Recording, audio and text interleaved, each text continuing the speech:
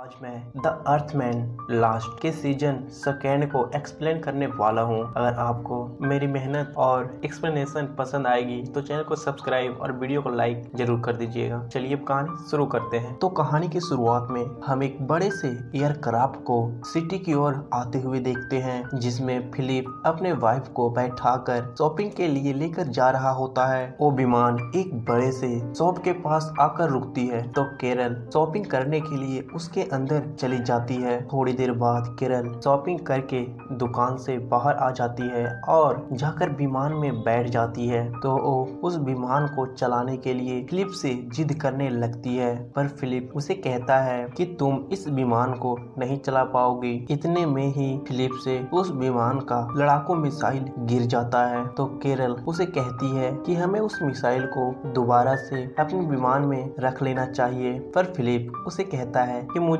दोबारा से मिसाइल को विमान में रखना नहीं आता। जिस पर केरल उसे कहती है कि हम अमेरिकी हैं, अगर हम चंद्रमा पर आदमी को भेज सकते हैं तो ये मिसाइल कौन सी बला है। केरल की बातें सुनकर फिलिप मोटिवेट हो जाता है और उसके अंदर मानो जैसे कि 11,000 वोल्ट की ताकत आ जाती है। पर थोड़ी ही देर में उसकी बिजली दोबारा से कट हो जाती है और वह फिर से पहले जैसा आलसी हो जाता है। खैर इसके बाद वे दोनों अपने विमान को लेकर अमेरिका के व्हाइट हाउस के पास आते हैं, जो कि व्हाइट हाउस पूरा खाली होता है। तो ये दोनों वहाँ पर एक पूल में शराब भरकर उसमें नहा रहे होते हैं और उसी शराब को पी भी रहे होते हैं। वे दोनों व्हाइट हाउस में काफी ज्यादा मस्तियाँ करते हैं। थोड़ी देर बाद फिलिप वहाँ पर हॉकी खेलने लगता है। वो बॉल के रूप में व्हाइट हाउस में रखी कीमती सामानों को तोड़ने लगता है। इतना ही नहीं, वो रात में खुद राष्ट्रपति बनकर अपने बॉयफ्रेंड के सामने भाषण देने लगता है। वो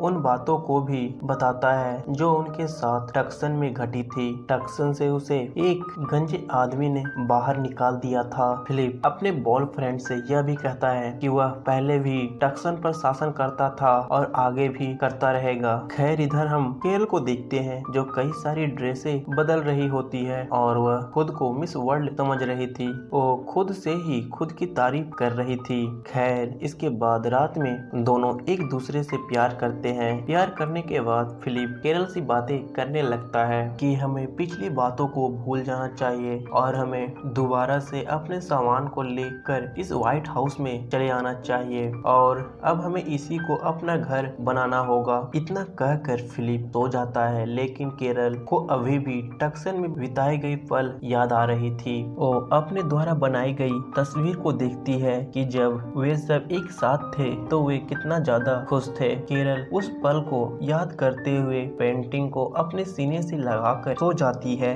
इसके बाद हम माइक को देखते हैं, जो स्पेस में अकेला रह रहा है। वह उस खतरनाक बीमारी के बाद कभी भी पृथ्वी पर वापस नहीं आया, इसीलिए वो दोबारा से पृथ्वी पर रहने के लिए एक अच्छी सी जगह ढूंढ रहा था। जो कि माइकल अंतरिक्ष में अकेला बचा था, तो उसे किसी से भी बात नहीं हो पा रही थी। लेकिन माइक के पास दो कीड़े होते हैं जो कि उसके दोस्त थे, जिनका नाम उसने नैन्सी और टेरी रखा था और वो उन्हीं से बातें करके अपना समय बिताता था। खैर फिलिप केरल को सरप्राइज करने के लिए उसे अपने साथ उसके पुराने घर में लेकर आता है, जहां वो पहले रहा करते थे। घर में पहुंचकर केरल बहुत ज्यादा खुश होती है, जैसे कि उसकी बचपन दोबारा से उसे वापस मिल गई हो। केरल फिलिप को उस घर में रखी सामान के बारे में बताती है और वो अपने मॉम डैड की तस्वीर भी फिलिप को दिखाती है। खैर रात में जब दोनों सोने जा रहे थे तो केरल फिलिप को एक किस करती है और उसे दोबारा से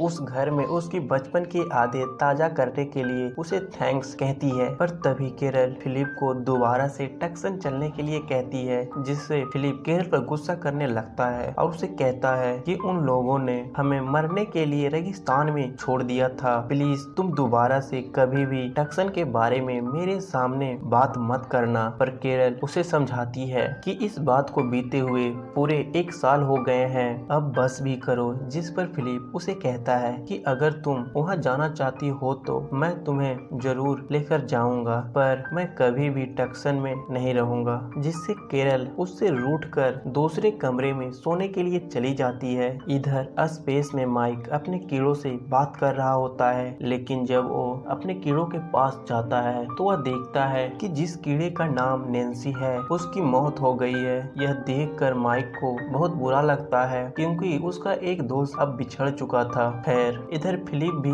अब कैरल की बात मान लेता है और उसे लेकर टक्सन की ओर निकल जाता है, लेकिन अभी भी फिलिप कैरल से नाराज था। खैर थोड़ी दूर जाने के बाद फिलिप को एक पेट्रोल पंप दिखाई देता है तो वो अपने गाड़ी में पेट्रोल भरने के लिए उस पेट्रोल पंप के पास चला जाता है और पेट्रोल भरने लगता है। लेकिन कैरल पास ही में एक शॉप में कुछ सामान लेने के लिए चली जाती है। शॉपिंग के दौरान कैरल को काफी ज्यादा समय लग जाता है। गाड़ी में तेल भरकर फिलिप वहां से चल देता है, पर उसे इस बात की खबर नहीं थी कि कैरल गाड़ी में नहीं है। जब कैरल वैन को जाते हुए देखती है तो वो अपना गन निकालकर आसमान में फायर करने लगती है, लेकिन फिलिप को अपनी वैन में म्यूजिक बजने की वजह से कुछ भी सुनाई नहीं देता। इसके बाद रात हो जाती है तो वो एक दुकान को देखकर कैरल से पूछता है, क्या तुम कुछ खाना चाहोगी? लेकिन उसे कैरल की आवाज सुनाई नहीं देती तो वो बहन को रोककर कैरल को देखने के लिए जाता है, पर वह जब बहन का दरवाजा खोलकर देखता है तो वह तंग रह जाता क्योंकि उसमें कैरल नहीं थी।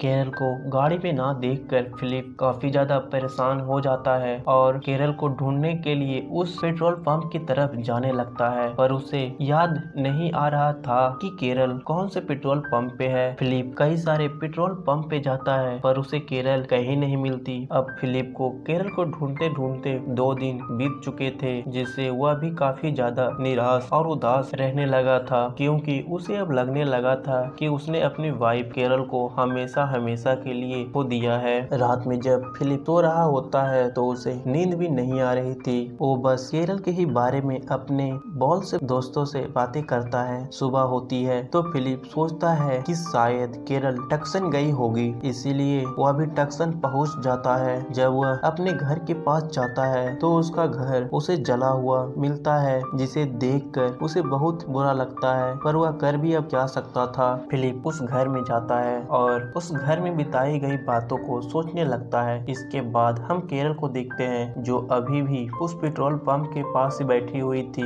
और वह फिलिप का आने का वेट कर रही थी। इधर स्पेस में माइक भी बहुत उदास होता है क्योंकि उसे भी पृथ्वी पर कोई भी मानव का संकेत नहीं मिल रहे थे। और इसी के साथ पार्ट 1 समाप्त हो जाता है। मिलते हैं अगले पार्ट में, फिलहाल के लिए बाय।